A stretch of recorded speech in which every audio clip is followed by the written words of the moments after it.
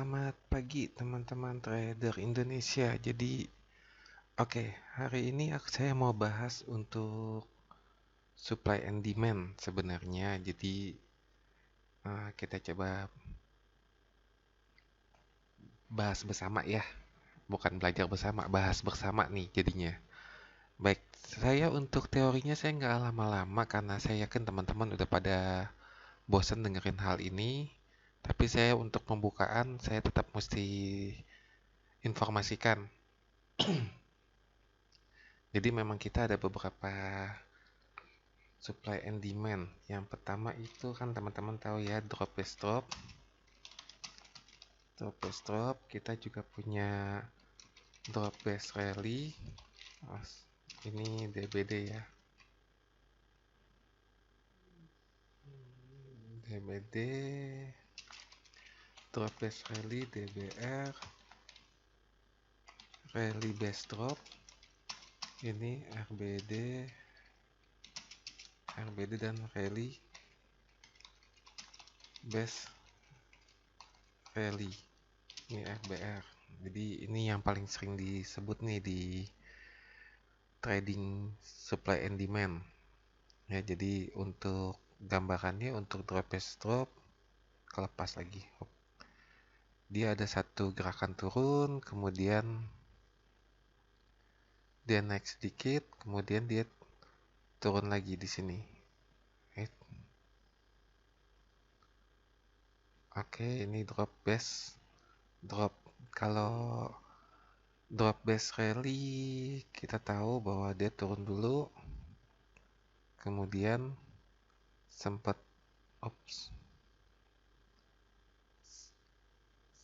sideways sebentar, kemudian naik ke atas.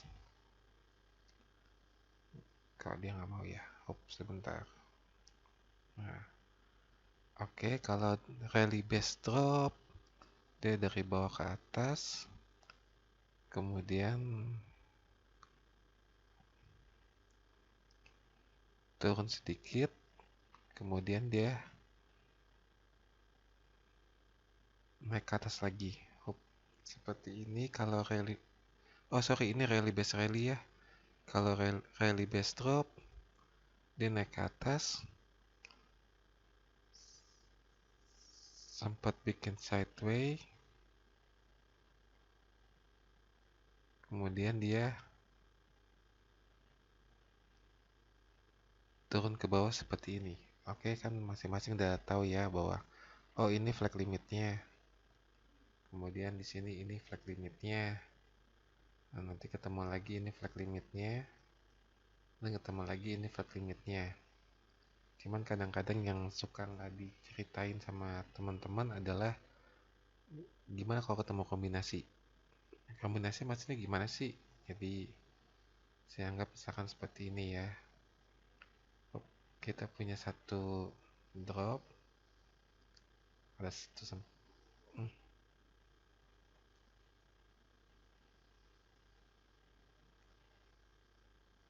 seperti ini, kemudian dari bawah, kemudian seperti ini. Oke, kan kita lihat ya. Oh, ini flag limitnya. Oke, ini area supply-nya dibilang seperti itu. Kemudian tiba-tiba dari bawah muncul lagi nih. Sempat naik ke atas ke sini. Kemudian bikin seperti ini. Bikin seperti ini. Kemudian dia drop. Nah, ini yang kadang-kadang suka nipu. Kenapa? Karena berarti di sini juga ada area supply-nya. Jadi kalian punya double area supply nih, yang penting nih. Nah, jadi yang mesti dilihat adalah yang penting yang mana, ini atau ini nih. Nah, tapi ini yang mana yang penting tergantung sama situasi. Jadi kalian mesti kembali lihat ke chart, mana sih yang penting di sini. Apakah ini sudah mengambil semua supply di sini dan menjadi supply pengganti, atau ini masih tetap kuat nahan? Nanti kita lihat ya. Jadi ini untuk informasi awalnya seperti ini. Hari ini saya mau bahas untuk GU. GU seperti kita lihat di monthly-nya seperti ini. Jadi ini kan kelihatan kan, oh dia habis bikin top nih, ya enggak? Oh, nah ini capnya bukan rally base drop, kemudian ketemu lagi rally base drop di sini, ya kan? Nah ini kan juga area kuat ya, ini juga jadi area kuat nggak tuh? Kuat nahan juga kan? Nah seperti itu. Jadi kadang-kadang suka ada area supply yang bertumpuk. Ini teman-teman jangan bingung, kalau area supply bertumpuk ini biasanya lebih kuat jatuhnya, seperti itu. Jadi kita coba bahas satu-satu ya. Saya nggak mau bahas ininya, tapi saya mau bahas pergerakannya. Kita lihat bahwa oh ini garis penahan sebelumnya ya.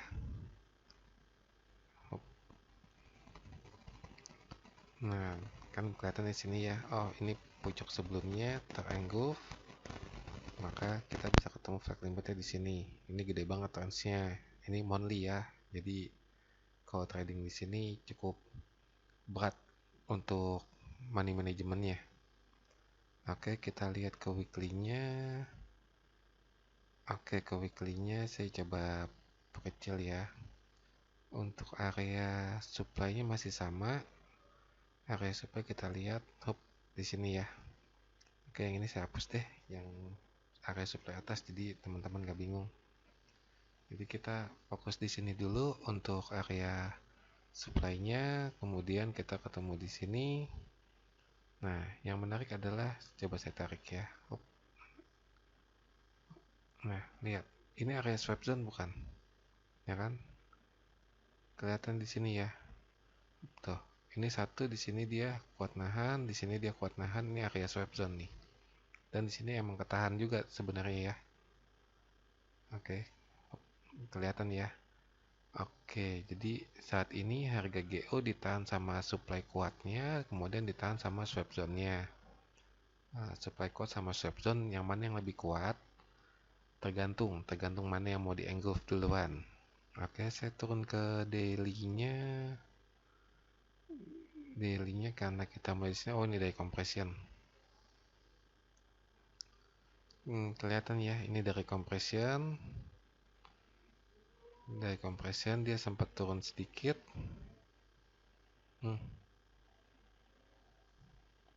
Dia turun ke bawah, kemudian dia terbang ke atas. Oke, kebayang sampai sini ya. Hop, terbang ke atas, mentok di area supply kuatnya. Jadi kelihatan jelas bahwa ini area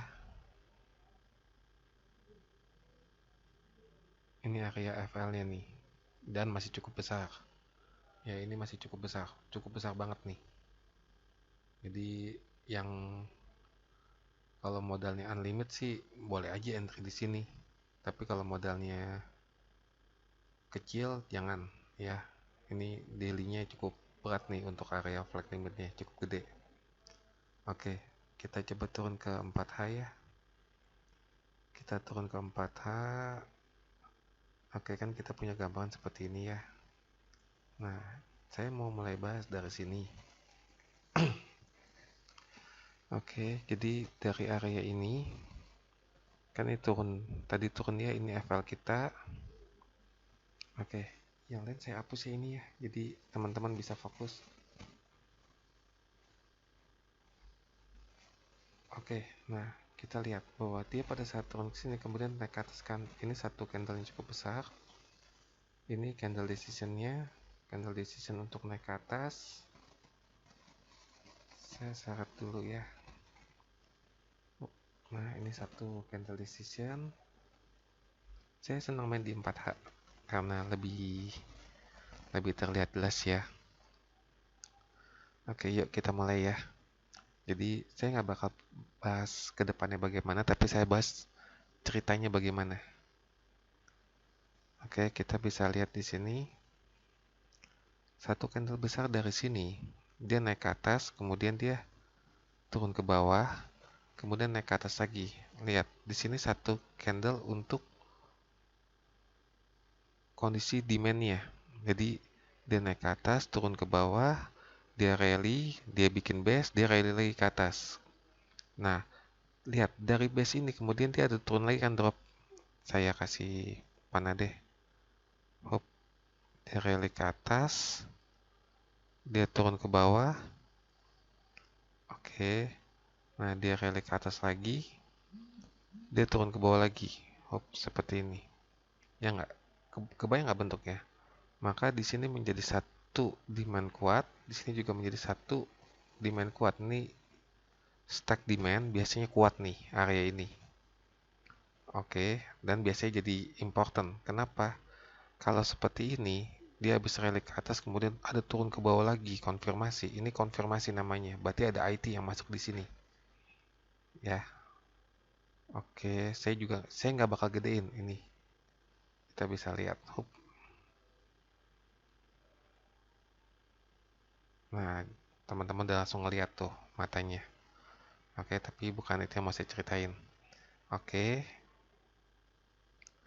jadi dari sini kita bisa lihat lagi. Oke, udah ketemu satu, dia naik lagi ke atas. Dia bikin satu decision penting di sini. Dia bikin satu drop base rally tanpa konfirmasi kan? Nggak ada konfirmasi nih, dia masih terus naik ke atas. Kemudian dia bikin satu area lagi dengan konfirmasi. Kelihatan nggak konfirmasinya? Ya kan, lihat di sini ada konfirmasi bukan?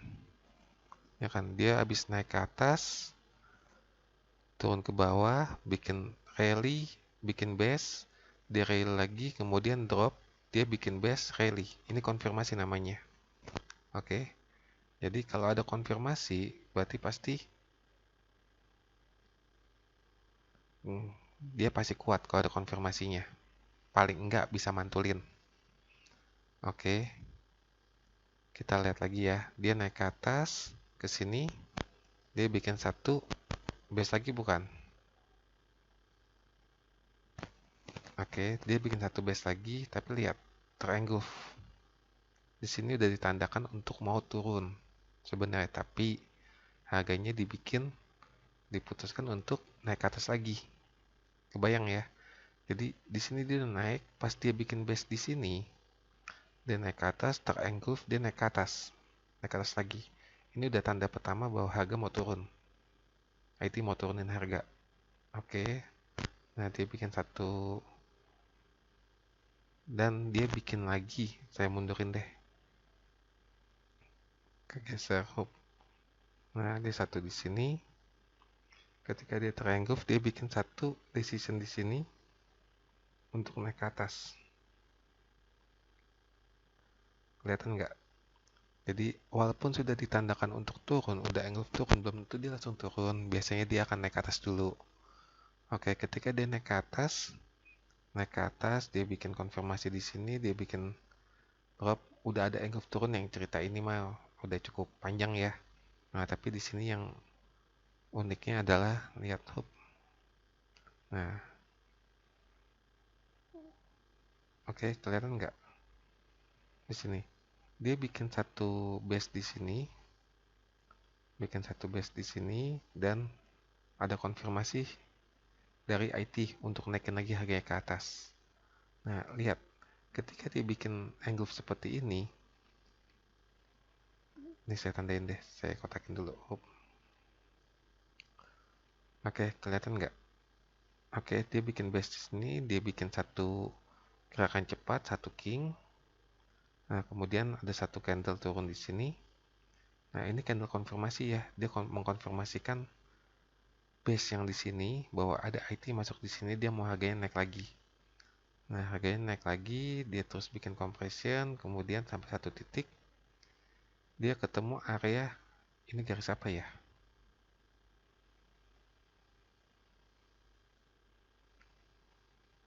Ini garis supply kuat ya.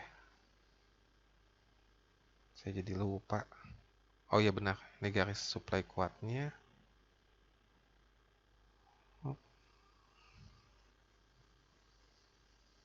Oh iya benar, ya ampun saya kasih warna deh, saya pelupa jadinya.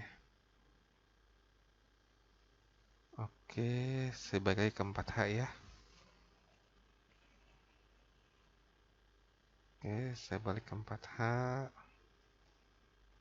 Tadi kita sampai sini ya. Nah, lihat. Dia dari sini dapat konfirmasi dari IT untuk naik ke atas. Begitu ketemu area supply, dia langsung jatuh ke bawah. Nah, ketika dia jatuh ke bawah, kita mesti lihat. Ketika dia jatuh ke bawah, lihat dia dapat konfirmasi nih dari IT nih. Ini satu candle pin bar ini. Saya bukan penggila pin bar ya, tapi kadang-kadang konsep saya tentang adanya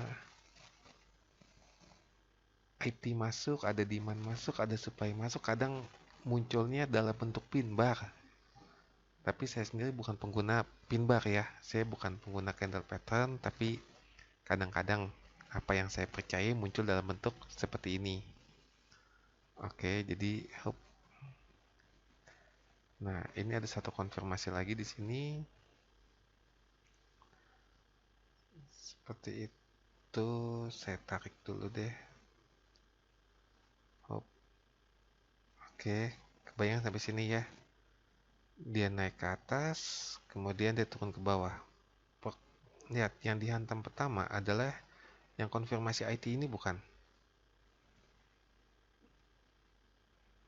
Ya kan, ketika ada konfirmasi IT seperti ini, lihat dia triangle kemudian naik ke atas lagi kan, maka ini jadi area kuatnya, area penggantinya ya. Hop. Nah, oke, kebayang nggak sampai sini? Oke. Nah, dia turun ke bawah, terus turun ke bawah, lihat dia ketemu di sini bukan? Nah, ini tuh apa sih? Saya kecilin dikit ya. Lihat, ini decision yang bikin harga naik nggak? Jadi kan tadi kita bilang bahwa harga ini udah engulf, sebenarnya dia mau turun ke bawah, tapi dibikin naik dulu. Kenapa? Ini ada satu decision dari IT untuk naikin harga ke atas. Maka dia juga kuat untuk nahan. Nah, dia terbang ke atas lagi, ketahan di area ini bukan, di area supply ini. Ini kalau kalian kecilin time frame-nya, saya tarik seperti ini ya.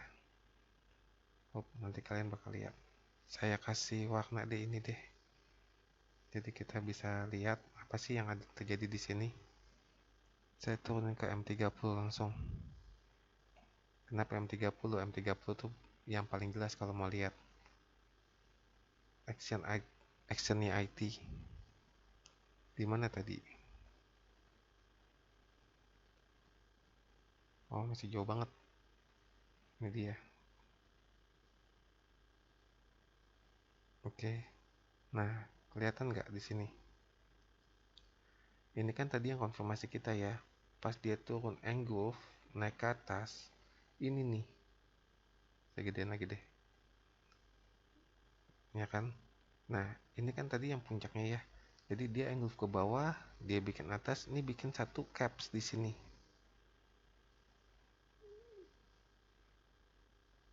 Oke, kebayang ngerti nggak? Jadi dia turun ke bawah, dia engulf decision sebelumnya, decision yang ini, yang punya IT, kemudian dia naik ke atas, dia bikin caps, dia baru turun. Maka caps ini akan jadi kuat. Kenapa? Dia engulf decision IT di sini.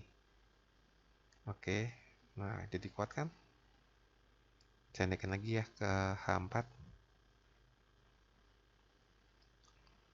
Oke, seperti ini. Sampai mana tadi kita? Oh, oke. Ini dia dari sini ya. Ini yang decision tadi. Pas dia udah engulf tapi diputuskan naik, ditahan sedikit. Dia naik, kemudian di sini dia dengan satu candle besar langsung turun. Oke, nah satu candle besarnya ini ada decision point di sini nih satu nih. Oke. Jadi dia turun, pas dia turun dia kena ke area ini bukan yang ada konfirmasinya. Oke. Dia terkonfirmasi dia kuat nahan. Oke, kemudian dia terbang lagi ke atas. Ini kalian lihat, ini juga satu area yang kuat nahan. Jadi pas dia naik ke atas, dia bikin satu base. Ini kecil banget ya, ya ampun. Dia bikin satu base di sini. kemudian dia terbang ke atas, ketabrak sama, lihat konfirmasi bukan, masih di sini, masih ketahan di area yang ngebreak decision IT. Oke, masih ketahan, dia turun ke bawah, dia engulf area demand di sini, di demand zone di sini, dia engulf dan naik ke atas lagi, masih ketahan di sini. Lihat. Oh ya, satu hal lagi ya. Ketika dia seperti ini dia ngebikin supply zone baru ya. Jadi ada supply zone lama, supply zone baru. Jadi dia masih kuat nahan juga. Nah, oke. Dia naik ke atas sini, dia turun ke bawah, turun ke area ini. Ini area apa ya? Nah, kita bisa lihat ini area di. Oke, kelihatan nggak? Saya coba narik tanpa mengurangi. Oke, lihat ini area kuat kita bukan sebelumnya. Nah, ini yang tadi saya bilang naik, kemudian ada konfirmasi IT di sini. Ya, ini saya kasih warna deh, jadi teman-teman bisa. Oke, kelihatan nggak? Ini yang tadi awal saya ceritain bahwa dia habis dari atas naik, dari bawah naik ke atas, bikin satu base, naik ke atas, kemudian ada konfirmasi dari IT di sini. Lihat, dia kuat nahan kan? Oke, habis ditahan ini dia naik lagi harganya. Naik lagi sampai ke sini. Ini tuh apa sih sebenarnya? Nah, ini dia ketika di sini, ini time frame kecil ya. Ini time frame kecil bahwa di sini dia ngebreak posisi yang ini. Bukan posisi yang bagus untuk naik, untuk masuk sih.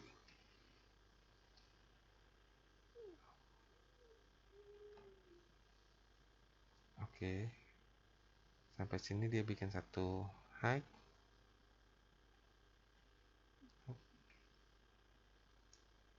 Nah, dia naik ke atas sini, dia mau harusnya sih ke sini ya, maunya ya. Jadi dia naik, tapi dia belum langsung mau naik, dia ke bawah dulu, ngambil power. Lihat, dia habis turun ke sini dan naik ke atas, dia ngambil lagi demand untuk naik ke atas lagi. Nah, naik ke atas sampai mana? Kita lihat ke area supply zone yang nge-break decision IT. Dari tadi saya ngulangin IT mulu ya. Jadi kita bisa lihat bahwa di sini yang bikin important adalah decision IT-nya. Kenapa dia nggak break decision IT di sini? Di sini yang nahan juga decision IT. Seperti itu. Jadi kita bisa lihat bahwa dia nahan di sini, tapi oke sebentar, saya gedein dulu.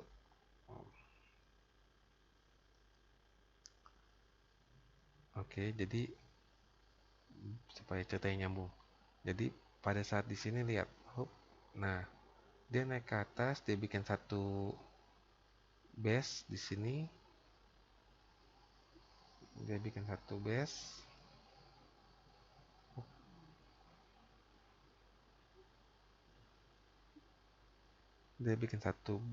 kemudian dia turun, menganggap decision di sini.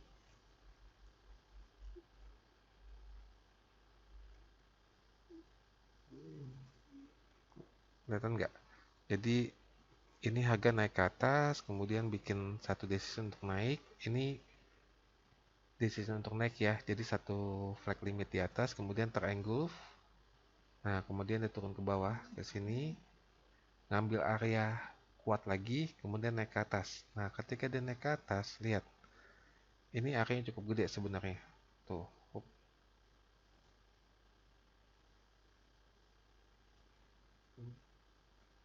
kebayang ya. Jadi memang di sini satu problem bahwa kadang supply demand zone itu areanya bisa sangat gede. Jadi kita mesti lihat ke time frame kecilnya. Tapi hari ini saya nggak bahas untuk time frame kecilnya, kita main di satu time frame. Nah, jadi abis engulf dia turun ke bawah, dia dapat konfirmasi, dia turun ke bawah, dia naik ke atas, kemudian di sini dia engulf. Lihat di titik sini, saya ganti posisi panah deh. Nah, lihat, di sini dia sempat mengengulf ini, kemudian dia bikin satu base dan terbang ke atas. Oke, base ini akan menggantikan jadinya ya. Oke, Kebayang nggak? Base ini jadi menggantikan, kemudian oke, dari base ini kemudian dia terbang ke atas, ketemu supply kuatnya lagi, kemudian turun ke bawah, ambil sekali, naik ke atas. Nah, ini masih di supply kuatnya ya. Oke, supply kuatnya. Nah, di sini teman-teman bisa lihat dia habis ambil supply bawah. Ini kalau pindah ke time frame kecil, ini ada konfirmasi nih di sini nih. Jadi kalau saya boleh gambarkan langsung, ini akan seperti ini bentuknya. Nah, kalau di time frame kecil lebih jelas kelihatannya ya. Oke, kebayang nggak? Jadi ini dia di sini dia ada support, ada tekanan kuat di sini, kemudian turun ke bawah, kemudian sempat FTR di sini, dan dia akan jadi drop di sini. Oke. Nah, kemudian dia turun ke bawah, lihat di sini capek deh. Nah, di sini lihat dia udah engulf decision ini nih. Dia udah engulf dari sini, kemudian harganya dia naik ke atas lagi nih. Naik ke atas, ngambil ke area zona kuatnya. Taunya dari mana sih dia ambil zona kuat? Lihat, pada saat level ini dia masih ditahan sama area supply sebelumnya kan, ya nggak? Dan tiba-tiba dia terengulf. Nah, ketika dia terengulf, maka ini menjadi satu zona kuat ya. Sebenarnya zona kuatnya itu yang ini, zona flag limitnya ya. Ini zona flag limitnya, tapi ini terlalu besar. Saya coba kecilin ke candle ini. Nah, jadi dia naik ke atas. Ini saya nggak cek di sampingnya ada apa. Dia turun ke bawah, dia engulf bawah lagi dan naik ke atas lagi. Nah, naik ke atas lagi, lihat dia bertempur di area supply kuatnya, supply monthly-nya ya. Dia bermain di area supply monthly, kemudian dia turun ke bawah lagi. Oh, ini saya garisin ya. Oke, kebayang. Oh, sorry, satu yang kelewat. Nah, ketika dia engulf di sini, lihat dia naik ke atas, harusnya kan turun ke bawah ya. Tapi di sini, dia bikin satu decision untuk naik dulu. Kebayang nggak? Nah, ini saya warnain deh. Oke.